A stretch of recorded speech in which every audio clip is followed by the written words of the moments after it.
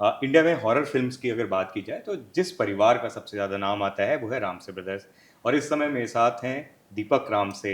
मेरे ख्याल से इनको जनरेशन नेक्स्ट का जो उनका रिप्रेजेंटेटिव कहा जाए तो कम नहीं होगा। जी, आपने जी हॉरर शो लंबे समय तक डायरेक्ट किया है। जी, मुझे बचपना याद आ रहा है, अभी भी रोंगटे खड़े हो जाते हैं, डर लगता है। जी हॉरर शो का वो सिर्फ म्यूजिक सुन के जो फील आता था ना, जी। मैं बता सकता हूँ कि वैसा कोई भी सीरियल या कोई भी हॉरर फिल्म वो इफेक्ट नहीं पैदा कर पाया। तो पहले तो बधाई उसके लिए। और जो आपके परिवार की जो इम्पैक्ट है, जो उसका इम्पैक्ट है हॉरर फिल्मों में खासकर, वो किसी और भी मतलब कोई और उसकी जगह ले ही नहीं सकता। तो दीपक भाई, पहले तो आपका स्वागत है दैनिक भास्कर में। कैसे हैं आप? एकदम first class, thank you so much. सबसे पहले बात करते हैं आपकी फैमिली लेगेसी की, रामसे ब्रदर्स की। हॉरर फिल्मों में जो उनका योगदान है वो ज़बरदस्त है। नींव कैसे रखी गई और किसने इसके बारे में सोचा था? एक्चुअली ये नींव मेरे ग्रैंडफ़ादर ने रखी थी, श्री एफ यू रामसे ने। वो चाहते थे कि हम उनकी फुल फैमिली जो है वो फ़िल्म लाइन में अपना प्रॉपर छाप छोड़े। और उन्होंने पर्सनली एवरी ब्रदर को ट्रेन किया इन एवरी डिफरेंट डिपार्टमेंट में, वेदर इट वाज डायरेक्शन में, या एक को कैमरामैन बनाया, एक को एडिटर बनाया, एक को प्रोड्यूसर बनाया। तो वैसे चल के उन्होंने सबको ट्रेन किया। और वो ट्रेनिंग देने के बाद ये फैमिली एज अ फैक्ट्री काम करती थी। हॉरर फिल्मों को ही क्यों चुना गया था? एक्चुअली हमारी फर्स्ट जो कपल ऑफ फिल्म्स थी वो हॉरर नहीं थी।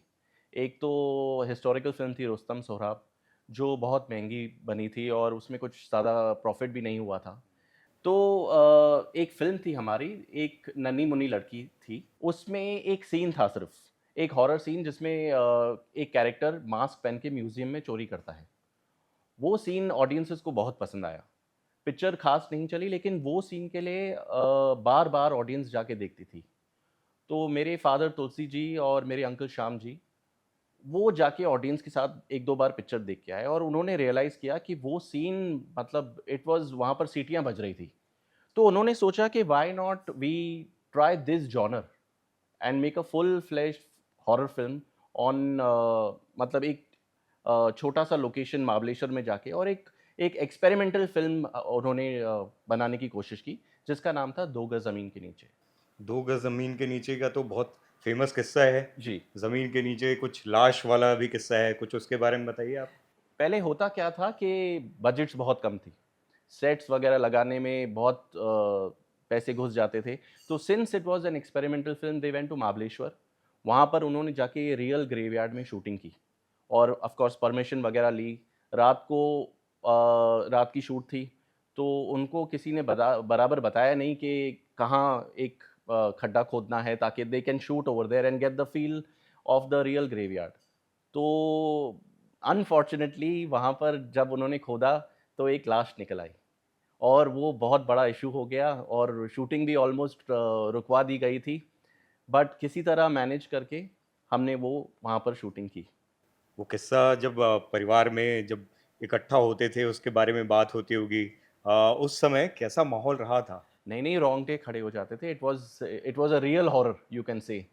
मतलब एक कब्रिस्तान में अगर एक रियल लाश निकल आए और आप खाली शूटिंग करने गए हैं, तो it was a very big thing. और आई एम श्योर वो रात के समय में मतलब शूट हो जी, रहा होगा। बिल्कुल, बिकॉज़ उस समय all the shooting was done and on हमारी एक स्पेशल शिफ्ट होती थी, उसको बोलते थे ग्रेवयार्ड शिफ्ट। वो रात को 9 बजे शुरू होती थी शूटिंग, और सुबह के जाके जब तक सूरज नहीं निकलता था, सुबह के 6 बजे तक हम शूटिंग करते थे। तो फुल नाइट का इफ़ेक्ट हमको आराम से मिल जाता था। रियल कब्रिस्तान में रात में शूट करना, कास्ट एंड क्रू के लोग डरते नहीं थे? नहीं, उनको डरते भी थे, but the family was big and सब यंगस्टर्स थे, all the uncles and everyone was young and cast को भी सँभाल के लेकर they used to complete the shoot. एक तो ये दो गज जमीन के नीचे में वो लाश वाला किस्सा हुआ, जी। और कभी कुछ ऐसा हुआ जो वाकई मतलब जिसने डरा के रख दिया हो, या कुछ अजीब सा माहौल जिसने पैदा कर दिया हो?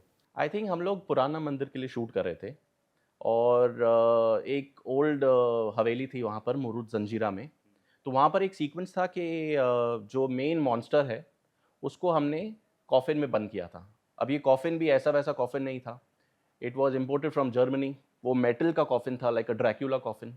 तो वो बिल्कुल एक कबर्ड की तरह लॉक हो जाता था। तो जभी भी हम उस शैतान को अंदर डालें या एक्टर को अंदर डालें, तो हम लोग एक सेफ्टी कुछ रखते थे ताकि वो लॉक नहीं हो जाए।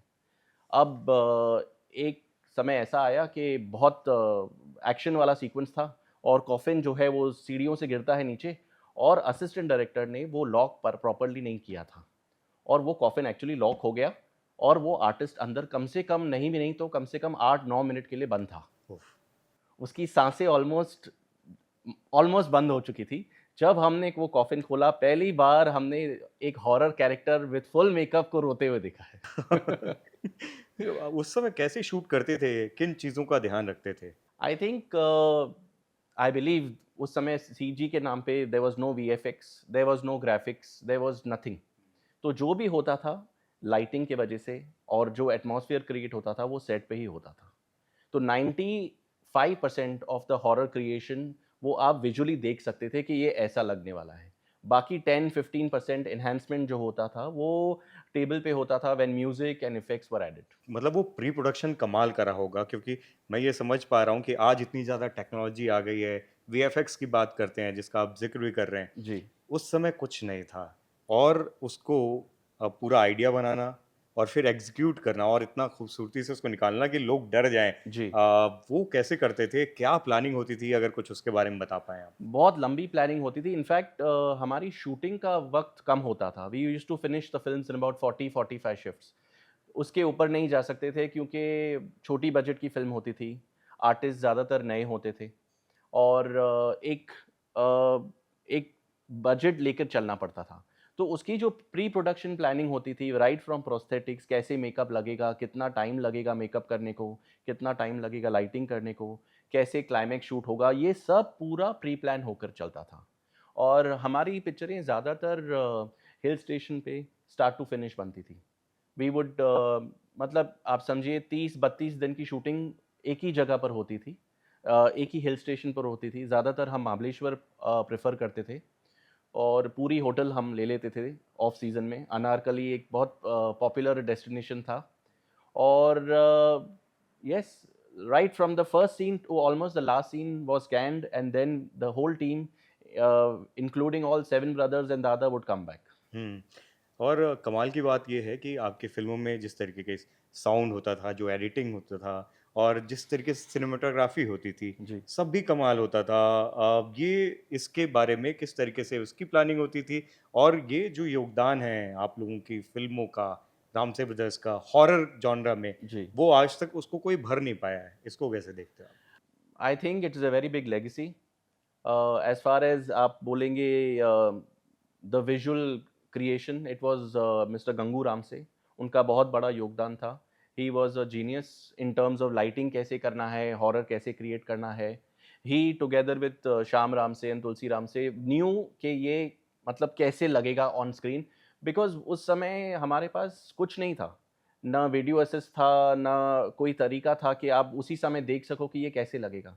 So it was all pre planned and पूरी प्लानिंग के साथ किया हुआ था। मेरे को एक, अगर जैसे आपको यादें आपकी ताज़ा करना चाह रहा हूँ, जी, शुरू से आखिरी तक अगर आप बताना चाहो कोई एक फ़ेमस फ़िल्म, जैसे बहुत सारी हैं, वीराना है, जी, शामरी है, बंदरवाल, बहुत सारे हैं। जी। आपको कोई याद आ रहा हो कैसे शुरू किया और फिर एग्ज़ीक्यूशन हुआ और उसका रिज़ल्ट जो आया, उसके बारे में कुछ अगर आप अपनी यादों के ज़रोखों से कुछ बताना चाहो? Veerana was another big cult classic from the Ramesses.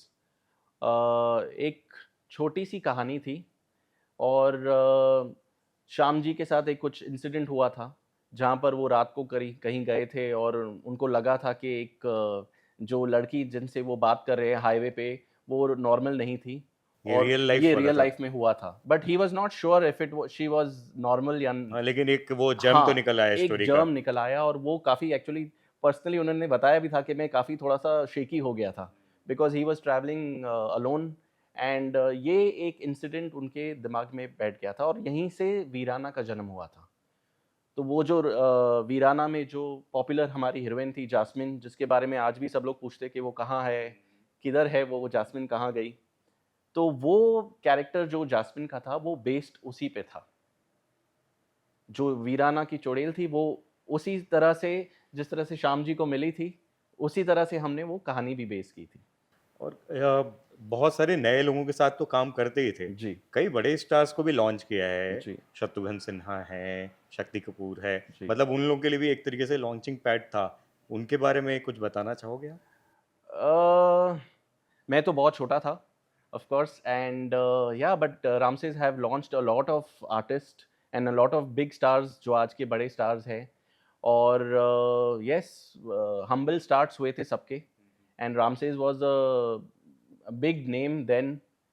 भले हमारे पास ए ग्रेड स्टार्स नहीं थे बट हमारी फिल्में बहुत बिजनेस करती थी even if it was released opposite Amitabh Bachchan star. वो मैं समझना चाह रहा हूँ कि उस समय के बॉक्स ऑफिस जो कलेक्शन होता था, जी, पूरा जो फाइनेंस होता था जी, आपकी फ़िल्मों का, क्योंकि मार्केट के ऊपर रहता है हर चीज़, जी। कैसे बनती थी और उसका रिज़ल्ट जो होता था, वो आप लोग कैसे देखते थे उसको? See horror was a genre that I would go ahead and say कि काफ़ी वक्त तक Ramsay had a monopoly. They knew how to make it, they knew what was the pulse, they knew कि कैसे ऑडियंस को डराना है, कैसे ऑडियंस को एंटाइज करके रखना है, कैसे कॉमेडी का भी एक बहुत बड़ा योगदान हाँ, हॉरर उनकी फिल्मों में भी फ़िल्मों में था। सिर्फ़ हॉरर नहीं, वो कॉमेडी एंगल भी जी, डालते जी, थे। बिल्कुल, बिकॉज़ क्या होता है ना कि हॉरर फ़िल्म आप उस समय की फ़िल्में 3 घंटे की होती थी। तो आप 3 घंटा तो घड़ी-घड़ी हॉरर नहीं दिखा सकते। तो जिस तरह से एक हॉरर का हाई आप दिखाते हैं, तो उसके बाद कॉमेडी का फ्लेवर या कॉमेडी का तड़का या गाने आ जाते थे। तो ताकि फिर से जब हम हॉरर की तरफ जाएँ, तो फिर से उसका क्लाइमेक्स तक पहुँचे। म्यूज़िक का भी बहुत योगदान था, जी, मतलब मैं जैसे कि मैं शुरू में ही बोला था, ज़ी हॉरर शो का जो ओपनिंग वो जो म्यूज़िक है, हाँ, वो आज भी रोंगटे खड़े करने वाला है। जी। और आपकी फ़िल्मों में गाने या म्यूज़िक जो बैकग्राउंड बजता था, उसको कैसे तैयार किया जाता था? As far as songs are concerned, गाने तो Ramses have had a very good knowledge of and taste of getting good songs. Whether it was वो बीते दिन याद है पुराना मंदिर में या बहुत से ऐसे गाने हैं जो हॉरर फिल्मों में थे लेकिन बहुत सक्सेस हुए ये गाने। और ज़ी हॉरर शो का कहूँ तो पहली बार हॉरर हम टीवी पर ला रहे थे। पहले 26 एपिसोड्स की बात हुई थी जी, जी। सुभाष चंद्र जी के हाँ, साथ इट में। Was an experimental you can से अ शो क्योंकि हम गए थे ज़ी टीवी में एक फ़िल्म की सैटेलाइट राइट्स बेचने। तो तुलसी जी को सुभाष जी ने बोला कि why don't you try this? तो हमने कभी सीरियल और टीवी तो किया नहीं था क्योंकि अलाउड ही नहीं था। दूरदर्शन एक इकलौता चैनल था और वो तो हॉरर को दूर-दूर से कभी आने नहीं देता था। तो सुभाष जी के कहने पे तुलसी जी ने बोला चलो we'll try something. So the first thing that we thought was कि क्या ऐसा होना चाहिए कि ऑडियंस को मालूम पड़े कि अब ज़ी हॉरर शो आ रहा है। तो वो हमने थीम क्रिएट की, जो आज भी लोगों को अच्छी लगती है, जो हाल ही में 2 बड़े आर्टिस्टों ने उसके बारे में कमेंट किया and we are very grateful and proud of that. And वो जो थीम थी, वो 9:30 बजे फ्राइडे को चलती थी और तब सबको पता चलता था कि ज़ी हॉरर शो शुरू हुआ है। 90s वाले किड्स जितने भी हैं ना, जी। उनके लिए वो खौफ का माहौल है, वो उनके नॉस्टैल्जिया आ जाता जी, है, डर के बिल्कुल, बिल्कुल, छुप के चद्दरों में देखने वाला। बिल्कुल। इनफैक्ट हमको थोड़े वक़्त के बाद ज़ी ने इतना भी बोला था कि आपकी ऑडियंस खाली एडल्ट्स नहीं है, बच्चे भी छुप-छुप के देखते हैं। तो आप थोड़ा-सा हॉरर कम करिए और थोड़ा-सा उनको भी मतलब एंटाइज़ करिए कि उनके हिसाब से भी हॉरर आए। मुझे तो याद है वो अर्चना पूरन सिंह का वो कटा हुआ गला और वो सब उस समय, जी, ये अनिरुद्ध अग्रवाल, ये सब लोग इतने, मतलब वो हमें मालूम रहता था कि ये लोग आएँगे ही आएँगे, और वो एकदम उनके नाम पे डर लगता था। अभी इतने सालों से कॉमेडी में वो पारंगत हो चुके हैं, लेकिन अभी भी उनका ज़ी हॉरर शो वाला चेहरा याद आता है। जी, जी, वो अब क्योंकि 26 एपिसोड्स की शुरुआत में बात हुई और 9 साल तक चला, तब ये सोचा था आपने, क्योंकि आप डायरेक्शन टीम के हिस्सा भी थे, जी। कि इतना ज़्यादा हिट हो जाएगा और लोग इतना पसंद करेंगे? नहीं, हमने तो सोचा खाली एक्सपेरिमेंटल है, चलेगा 1 आध साल चलेगा, 26 के बाद फिर वो 52 हो गया। 1 ईयर के बाद जितना हमें सीरियल के पैसे नहीं मिलते थे, उतना हमको टीआरपी के पैसे मिलते थे। टेलीविज़न रेटिंग पॉइंट्स थी।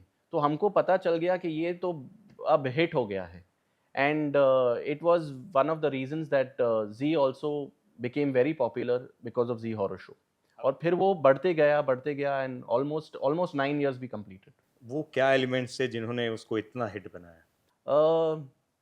जी हॉरर शो की खासियत ये थी कि it was not a very stretched out episodes. The story was 3 या 4 या मैक्सिमम 5 एपिसोड में कहानी आ जाती थी और हर कहानी अलग, with a different character, with a different horror, with a different background.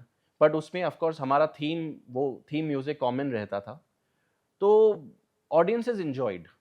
Hook points ऐसे होते थे कि आप फ्राइडे को 10 बजे आपका प्रोग्राम खत्म हो गया तो नेक्स्ट फ्राइडे तक सब लोग रेडी है प्रोग्राम देखने के लिए कि आगे क्या होगा, अब क्या होगा, अब क्या होगा। अब हम प्रोस्थेटिक मेकअप की इतनी बात करते हैं, जी, उस समय आपके जितने कैरेक्टर्स थे, जिनको आज हम वो डरते हैं जिनके बारे में सोच के भी, जी। वो कैसे तैयार किए जाते थे और उनका मेकअप कैसे किया जाता था, वो बताइए? तो अब जितना एडवांसमेंट है, पहले तो कुछ भी नहीं था। प्रोस्थेटिक मेकअप मतलब इंडिया में गिन चुन के 3 या 4 मुश्किल से आर्टिस्ट होंगे, मेकअप आर्टिस्ट की बात कर रहा हूँ, जिसको थोड़ा नॉलेज होता था कि हॉरर मेकअप कैसे किया जाए। क्योंकि उसके पहले जो हमने यूज़ किया था, 2 गज़ ज़मीन के नीचे was a mask, straight mask को फेस से चिपका के शूट करते थे। लेकिन उसमें प्रॉब्लम ये होता था कि जो रियल आर्टिस्ट है उसके एक्सप्रेशन नहीं आते थे। क्योंकि जो काम करता था वो आपको आपका भयानक मास्क ही करता था। तो जो फीलिंग, जो फेशियल एक्सप्रेशन, जो चेहरे पे फ्राउन या जो भी एक्सप्रेशन है वो बिल्कुल छुप जाता था। हुँ। तो पुराना मंदिर में और हमने एक एक्सपेरिमेंट किया था। श्रीनिवास पात्रो थे उस समय के मेकअप आर्टिस्ट। तो उसने क्या बोला कि मैं मेकअप करूँगा पैचेज़ में। तो हमने बोला ठीक है लेट्स एक्सपेरिमेंट। तो वो मेकअप उसने सुबह को स्टार्ट किया कम से कम 8 बजे, नाश्ता-वाश्ता आर्टिस्ट को खिला के। रात को 7 साढ़े 7 बजे जाके मेकअप उसका खत्म हुआ। लेकिन वो मेकअप देखने के लायक था। That was the birth of Saamri. Anirudh Agarwal was famous in his entire life for one movie. जो नाम उसको आज तक नहीं छोड़ता है वो नाम था सामरी का। और वो मेकअप को एक्चुअली 12 से 13 घंटा लगता था और उसको हम स्ट्रॉ से खाना खिलाते थे या सूप पिलाते थे बिकॉज़ वो इतना टाइम कंज्यूमिंग था कि there was no other way. जैसे आज आप एक बार मेकअप क्रिएट करके उसको फिर सीजीआई में कर सकते हो, उसको आप फिर वीएफएक्स कर सकते हो। You don't have to keep doing the makeup again. एक हुँ। बार वो आपका ढाँचा बन गया है, then you can play on the computer. But that time there was nothing. आपको जो मेकअप करना है, आपको जो शूट करना है वो रियल है, जैसे आप रियल आर्टिस्ट के साथ शूट करते हो। और क्या चैलेंजेस आते थे उस समय फ़िल्म शूट करने पे? क्योंकि देयर वाज़ नो वीएफएक्स, तो जो भी आप इफ़ेक्ट क्रिएट करते हो, weather it is a car accident, weather it is जो कैरेक्टर आपका फ्लाई कर रहा है या कुछ आँखों के लेंसेज़ हैं, तो ये सब रियल थे। देयर वाज़ मतलब ये कभी-कभी लेंसेज़ आँखों में चिपक जाते थे बिकॉज़ वो आर्टिस्टों को हम 4-4 घंटा पहनाते थे। हुँ। उस समय दीज़ वर नॉट सो मतलब स्पेशलाइज़्ड। अब तो ज़माना एकदम चेंज हो गया है। Lenses are soft, super soft lenses. You can wear it for the entire day और कोई तकलीफ़ नहीं है। तो उस समय अगर आप लेंसेज़ 4 घंटा या 3 घंटा पहना दो तो उसके आर्टिस्ट की आँखें लाल हो जाती थी। तो we had a special doctor जिसने लेंसेज़ मतलब उस समय तैयार तैयार करना किया। शुरू किया था। जब आप पूरे फैमिली में के लोग इकट्ठा होते थे, जी, एक स्ट्रॉन्ग फैमिली लेगेसी है आप जी। लोग की, और जब इकट्ठा सब लोग होते थे तो किस तरह की बातें होती थी? हमारी फैमिली एक्चुअली इतनी बड़ी थी कि जब हम साथ में इकट्ठा हो जाते थे with family it was like almost like a festival because there were 7 brothers, 2 sisters, दादा एंड दादी। तो it was a very big माशाल्लाह वेरी बिग फैमिली एंड बातें बिलीव इट और नॉट खाने-पीने के बाद everybody is a foodie in the family खाने-पीने के बाद खाली हॉरर की बातें होती थी कि हमने ये एक पिक्चर देखी है, इसमें ये अच्छा है या मैंने एक ये हॉलीवुड की पिक्चर देखी है, इसमें से आपको ये अच्छा लगेगा। तो ये बातें होती थी एंड आप कह सकते हो कि it was more like a brainstorming session rather than a family reunion. उस समय हॉलीवुड की जो हॉरर फ़िल्में थी, जी। वो कितना आप लोग को इंस्पायर करती थी? उसका कितना पुट होता था आपकी फ़िल्मों में? हॉलीवुड की इतनी नहीं, उस समय हैमर हाउस ऑफ हॉरर बहुत चलता था। There is a British company that used to make horror films और उनकी फ़िल्में ड्रैकुला, रिटर्न ऑफ ड्रैकुला वो बहुत रामसेस को प्रभावित करते थे। एंड नेवला जो कैरेक्टर है बंद दरवाज़ा में, it's actually based on count Dracula. और क्योंकि हम जब बात कर रहे हैं हॉरर फ़िल्मों की, जी, रामसे ब्रदर्स की जो फ़िल्में हैं, उसने एक अलग लेवल पे एक योगदान दिया है, एक जगह पाई है। जी। आज की जो हॉरर फ़िल्में हैं, उनको कैसे देखते हो? क्या वो जो स्टैंडर्ड आप लोग ने बनाया था, वो मेंटेन कर पा रही हैं? अभी तो मैं कहूँगा यार स्टैंडर्ड अच्छा हो गया है बिकॉज़ प्राइमरीली बजट्स बहुत बढ़ गए हैं। हमारी बजट होते थे चंद लाखों में। Today we are talking about crores and today all A listers are more than happy to be a part of horror. तो पहले ये नहीं था। पहले ए लिस्टर्स अच्छा हॉरर फिल्म है, अच्छा एडल्ट है, अच्छा तो उसको एक कैटेगराइज़ बी ग्रेड का दे दिया था। But believe it or not जब ये लगती थी फ़िल्में, तो ये सिर्फ़ रामसे की फ़िल्में थी जो अमिताभ के साथ में लगती थी, बाकी कोई नहीं आता था। अगर अमिताभ बच्चन की कोई फ़िल्म रिलीज़ पे अनाउंस हुई है, तो कोई सामने बिल्कुल नहीं आएगा। It was like committing suicide. Suicide. Yup. But Ramsay की फ़िल्म आती थी, लगती थी, उनको अपना बिज़नेस पूरा भरपूर बिज़नेस मिलता था। वो क्या कैसे कॉन्फिडेंस आता था इतना कि अमिताभ बच्चन जैसे इतने बड़े सुपरस्टार के सामने भी आप टकराते थे और कमा के निकलते थे? बिकॉज़ रामसे का सुपरस्टार रामसे का भूत था। Whether it was Aniruddh Agarwal Samri या जास्मिन जो वीराना। वीराना की चुड़ैल थी, या so that was our superstar. We did not need a A-lister, and because of the tight budgets हमारे पास उतने पैसे भी नहीं होते एक थे। और चीज़ होती थी, रामसे ब्रदर्स लिख के आना ही अपने आप में वो खौफ पैदा करता था जी, और वो जी। अट्रैक्ट करता था। जी, वो एक ब्रांड बन गया था। ऐसा भी होता था कि बड़े स्टार्स के पास उस समय फैमिली के लोग जाते थे ऑफ़र लेके और उन लोग मना करते थे, कुछ ऐसी कहानी या कुछ यादें हैं? नहीं, बिकॉज़ बजट नहीं होता था, टू बी वेरी फ्रैंक। तो we used to not approach big stars, but there were other films जिसमें Rajesh Khanna and Mandakini was signed, which was Om. Jackie Shroff, Juhi Chawla के साथ हमने हॉरर नहीं की है, लेकिन एक एक्शन थ्रिलर की है, तलाशी। एंड परवीन बाबी, शत्रुघ्न सिन्हा के साथ हमने एक और थ्रिलर फिल्म की है। तो ऐसा नहीं है कि Ramsays have not worked with big stars, we have worked with all stars, but when it came to horror, the preference were smaller star cast, lesser known faces, but with a proper horror makeup.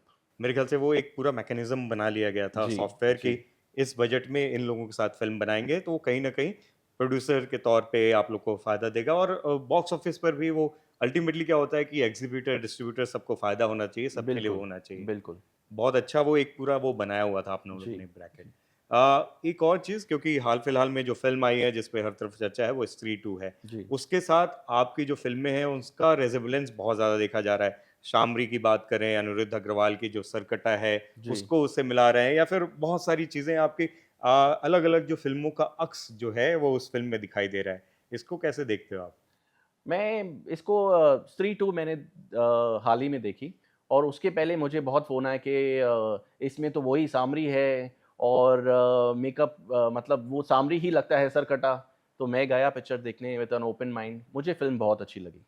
It was well executed, artist brilliant, direction brilliant, और I came back laughing. मुझे बहुत अच्छी लगी film.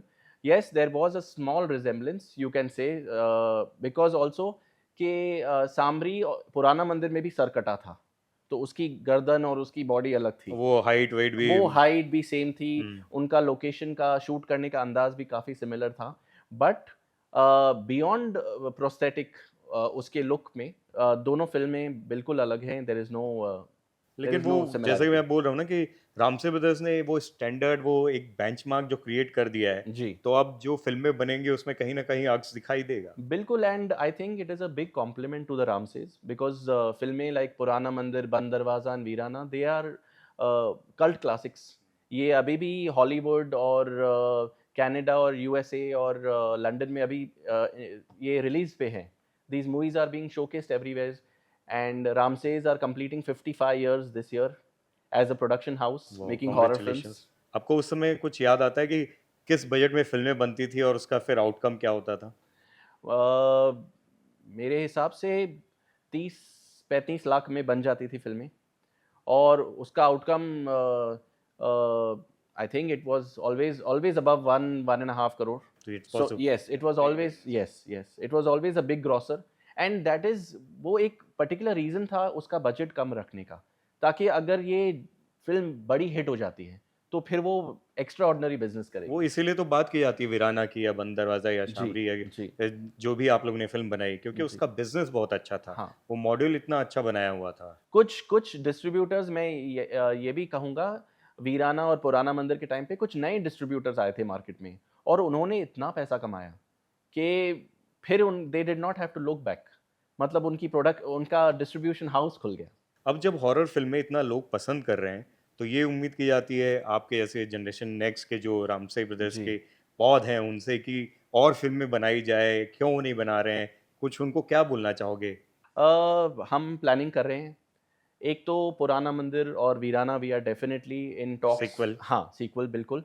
और sequel होगा या remake होगा, और हम एडवांस टॉक्स में हैं with a production house, big production house, क्योंकि वो हम खुद नहीं बनाना चाहते, क्योंकि टाइम्स हैव चेंज्ड। अब 2024 है, स्त्री जैसी हिट के बाद we should also do something on those lines.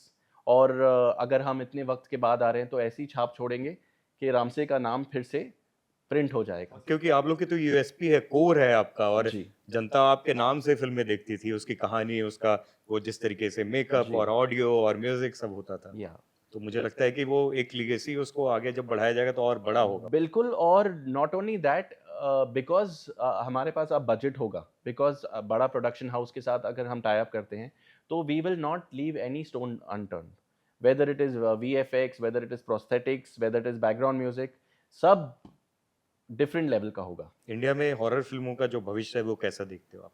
I think it's a very strong genre. Last 3-4 फ़िल्में इतना बिज़नेस किया है, मुझे लगता नहीं है कि और किसी जॉनर ने इस साल में स्पेशली इतना बिज़नेस किया होगा। Specially Stree 2 has done tremendous business, and it gives you a very good confidence कि horror is there, it was there before and it is there now and it will survive, and yeah it is one of the best genres ever. Deepak भाई horror फ़िल्मों का जो भविष्य है India में वो कैसे देखते हो आप? आई थिंक हॉरर का फ्यूचर बहुत ब्राइट है। आप लास्ट 3-4 फ़िल्में देखिए, शैतान, स्त्री 2, Munjya, I think they've all done brilliant business. Specially Stree 2 तो अभी सब रिकॉर्ड्स तोड़ेगी। तो हॉरर को पूरा यूनिवर्स बना दिया है जी, बिल्कुल। मैडॉक फ़िल्म्स ने। जी, जी। मुझे लगता है कि अब सही समय है रामसे ब्रदर्स और आपके जैसे जो यंग लोग हैं उनको वो फिर से वो पूरी पारी सँभालना और नई चीज़ें लेकर आना। जी, बिल्कुल। प्लानिंग वही है, Ramsays will come back in a very big way with a nice production house, और पूरी तैयारी के साथ। और कमाल की बात ये है कि जब रामसे ब्रदर्स के बारे में आप सोचो ना, तो उनके लोगों के बारे में ऐसा फ़ील होता है कि वो जैसे अनिरुद्ध अग्रवाल है ना, जी, सामरी, जी। वैसा वाला फ़ील आएगा। आप लोग एकदम पॉज़िटिव और आपके मतलब बातचीत से इतना वो एकदम रिलेटेबिलिटी वाली फ़ील आती है, इतना अच्छा लगता है, ऐसा लगता नहीं है कि हम कम मिलते हैं। तो ये वाला जो फ़ील है आपको बहुत सारे लोगों ने बोला होगा ना? अरे! मुझे बहुत सारे लोग बोलते हैं कि अच्छा आप राम से हैं, हमने तो सोचा था कोई खतरनाक एकदम शैतान टाइप निकल आएगा। तो हमने बोला ऐसा नहीं है, फैमिली में सब खूबसूरत लोग हैं, सब सातों भाई बड़े प्यारे लोग या हैं, बड़े प्यारे फ्रेंडली। लोग हैं, and they were all good looking main. ये कमाल की बात है कि जैसे आपके सेट में जी। बहुत अंधेरा और वो वीराना और म्यूजिक और वैसा वाला बजता था।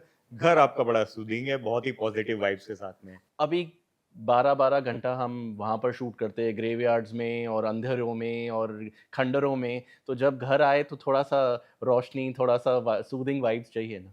मैं वो पूछ रहा था कि कई सारे किस्से भी हुए होंगे, एक बार रील भी कुछ गायब हो गई थी, कौन-सी फ़िल्म का था, कुछ बताना चाहोगे आप? पुराना मंदिर की बात है ये। एक नेगेटिव हम ट्रांसपोर्ट कर रहे थे शूटिंग के बाद, तो उसके 2 कैन्स गुम हो गए थे। मतलब एक्चुअली गुम नहीं हो गए थे, किसी असिस्टेंट की वजह से टैक्सी में रह गए थे। तो बहुत पैनिक हो गया, कैसे करें, क्या करें, रीशूट करना पड़ेगा, वापस मुरुड जंजीरा जाना पड़ेगा। लेकिन उस समय सब लोग they were very nice people. Taxi driver वाला खुद हमारे ऑफ़िस में आया, बोला साहब ये आपका रह गया है। तो उसको सब भाइयों ने मिलके गले लगा दिया टैक्सी वाले को, और almost they were in tears. एक एक जगह पे सभी star cast cast and crew एक ही जगह पे रहते थे जब शूट होती थी फ़िल्में? जी, जी। जब हम महाबलेश्वर में जाया करते थे, तो ऑफ सीज़न में पूरी होटल बुक होती थी रामसे की। अनारकली वाज़ वेरी पॉपुलर, और सब रूम, मतलब अगर आप कोई भी वहाँ पर जाओ तो आपको एक रूम भी नहीं मिलेगा। स्टार कास्ट से लेके, टेक्नीशियन से लेके, इवन मैं कहूँगा स्पॉट बॉय और लाइटमैन को भी वहीं पर हम ठहराते थे। ये हमारे दादा एफ.यू. रामसे का स्टाइल था कि जो भी है यहीं पर रहेगा, no separate treatment for anybody.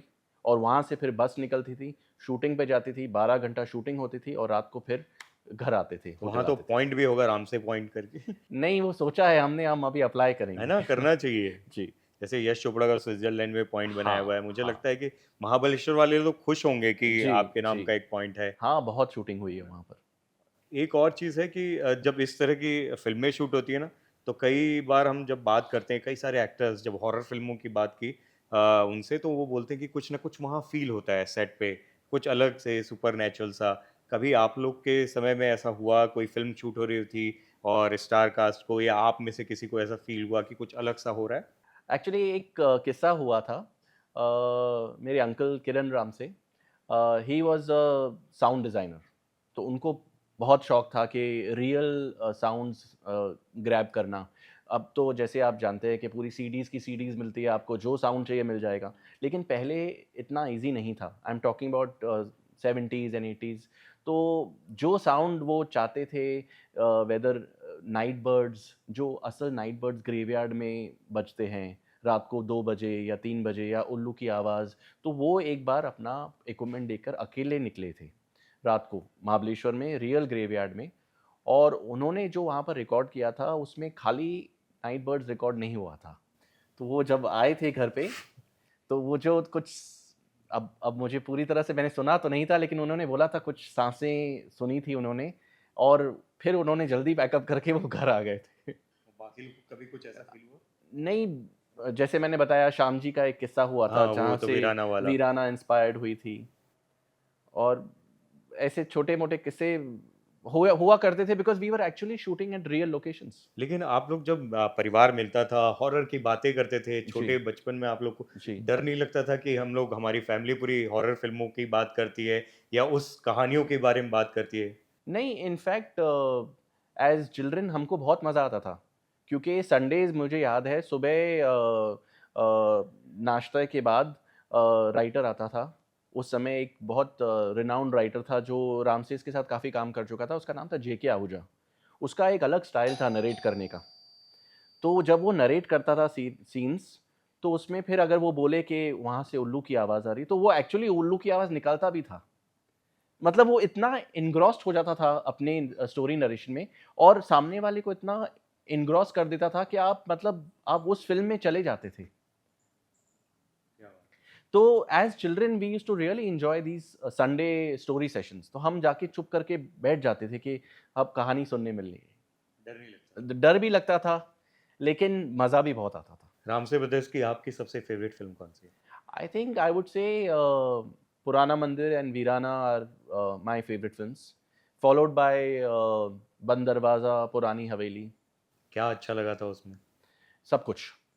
The way the film was made, अगर आज भी आप अकेले या कम ऑडियंस के साथ पुराना मंदिर अगर आप थिएटर में देखो, तो मैं नहीं समझता हूँ कि you will come back, I mean not scared. Hmm. After even so many years, it will leave an impact. It does leave an impact. That film was इतनी खूबसूरती से वो हॉरर फिल्म बनी थी। अजय देवगन ने 2 साल पहले अनाउंस किया था कि आप लोग की फैमिली पे, रामसे ब्रदर्स पे वो फ़िल्म बनाएँगे। फिर बाद में ये पता चला कि इतनी ज़बरदस्त लीगेसी है, इतनी लंबी कहानियाँ हैं उसमें कि उसको सीरीज़ में कन्वर्ट कर देंगे। फिर अब जी। पता चला कि उसको फ़िल्म बना रहे हैं। आप लोगों को कुछ उसके बारे में अपडेट है जो बताना चाहें आप?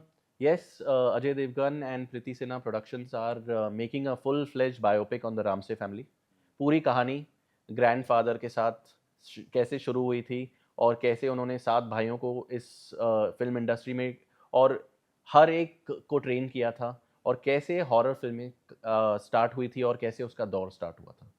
तो ये पूरी कहानी with a little bit of comedy जैसे होती है, थोड़ा-सा फ़िक्शनलाइज़ करके, थोड़ा-सा एंटरटेनमेंट बना के ये फ़िल्म बन रही है।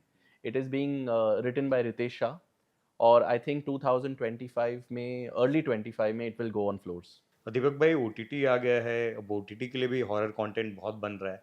जी। उसके लिए कुछ करना चाहोगे आप? इनफैक्ट हम लोग कुछ कर रहे हैं। Ali Asgar is our star, and we are starting something for Doordarshan OTT also. और हमने और 2-3 ओटीटीओ में पिच किया है, Ramsay haunting hour, which is Zee horror shows जैसा ही है, लेकिन 2 एपिसोड में कहानी कंप्लीट होती है। तो हम ये दौर वापस लाना चाहते हैं। आप जब ज़ी हॉरर शो शूट करते थे, जी। उस समय कुछ मज़ेदार किस्सा या ट्रिविया कुछ बताना चाहो? हमने मैंने कम से कम नहीं भी नहीं तो 200 एपिसोड शूट किए, काफ़ी किस्से होते थे। बट एक किस्सा ये था कि हमारी एक हीरोइन थी, पूनम दास गुप्ता, एंड उसको she was playing witch's role, तो उसको हमने वाइट लेंसेज पहनाए थे। तो थोड़ा-सा बैड लक हो गया, हमारा ध्यान नहीं गया, उसका भी ध्यान नहीं गया, और उसने वो 3-4 घंटे पहने थे लेंसेज, और फिर 4 घंटे के बाद जब वो लेंसेज निकाल रही थी, तो वो लेंसेज निकले नहीं। So there was a lot of chaos, there was a lot of panic on the set, और फाइनली किसी तरह हमने वो लेंसेज निकाले और शी वाज़ रिलैक्स्ड। सो ऐसे कई किस्से हुए हैं ज़ी हॉरर शो के वक़्त भी। और रात में ही क्यों रिलीज़ होती थी रामसे ब्रदर्स की फ़िल्में? क्योंकि हॉरर आप रात में ही एन्जॉय कर सकते हो। Horror is such a genre कि आप दोपहर में एन्जॉय नहीं करोगे। It's got its own high, उसका एक अलग मज़ा है, जो आप रात में एन्जॉय कर सकते हो, लाइट बंद करके, थोड़ा-सा एटमॉस्फियर क्रिएट करके। क्योंकि एक डरना और डराना एक आर्ट है, which you can not do with to many people, and specially अगर आप घर पे देखते हो, तो वो एटमॉस्फियर आप क्रिएट कर सकते हो। जब आप थिएटर में जाते हो, तो वैसे ही अंधेरा क्रिएट हो जाता है। बच्चे बहुत पसंद करते थे। मतलब वैसे तो हॉरर फ़िल्में क्या होती हैं, वो एडल्ट्स के लिए रहती हैं, लेकिन बच्चे बहुत खूबसूरती से मतलब उसको एन्जॉय करते थे। क्या है कि बच्चों ने कभी हॉरर देखा नहीं था, आई मीन स्पेशली टीवी पे, बिकॉज़ कभी अलाउड नहीं था। तो जब ज़ी हॉरर शो आया, तो बच्चे छुप-छुप के देखने लगे। और बच्चों ने इतना एन्जॉय किया कि हमको ज़ी से लेटर आया कि थोड़ा-सा हॉरर कम करो, थोड़ा-सा make it little more interesting for the kids, because kids are watching. मतलब एडल्ट्स तो देख ही रहे हैं वो, लेकिन बच्चे ज़्यादा देख रहे हैं। तो horror became a source of entertainment, and today आप स्त्री 2 देख लीजिए, it has got UA, so kids are watching the film in theatres and enjoying and laughing. सबसे खूबसूरत बात जो रामसे ब्रदर्स लेगेसी की लगती है आपको? That it was a very simple family, it had very humble beginnings, पैसे भी कम थे। एक टिफ़िन बॉक्स प्रोडक्शन से एक हम्बल स्टार्ट करके, जिसमें ना कोई बड़े आर्टिस्ट, ना कोई वीएफएक्स, ना कोई बड़ा खर्चा, रियल लोकेशंस पे शूट करके एक हॉरर सब्जेक्ट क्रिएट करना, एक फ़िल्म बनाना, जिसकी वजह से एक जॉनर क्रिएट हो गया था। Horror was not very big before Ramsays. Hmm. It bits and pieces में आता जाता था। लेकिन कभी जैसे हमने इम्पैक्ट क्रिएट किया था, राइट फ्रॉम एंड 70s, वो इम्पैक्ट किसी ने आज तक क्रिएट नहीं किया है। सबसे बड़ा टर्निंग पॉइंट कौन-सा रहा होगा? I think the success of पुराना मंदिर एंड वीराना, जिसमें बहुत लोगों ने बहुत पैसा कमाया, right from distributors to even the family made a lot of money, because इतनी सक्सेस, इतनी बड़ी सक्सेस हमने नहीं देखी थी। And another big turning point was from moving from film to TV. एक बहुत एक्सपेरिमेंटल स्टेज था, जो मतलब बहुत लोगों ने हमें डिस्करेज किया था कि आप कैसे डराओगे यार, छोटे स्क्रीन पर किसी के घर में जाके, जहाँ पर काम वाले आते जाते हैं, आप सब लाइटें ऑन है, आप कैसे क्रिएट करोगे वो impact dinner time dinner time पे, वो भी मतलब जहाँ पर आप टोटली डिवाइडेड हो। लेकिन हमने किया, Ramsays created that genre at your home, we came to your house और आपको घर पे डराया।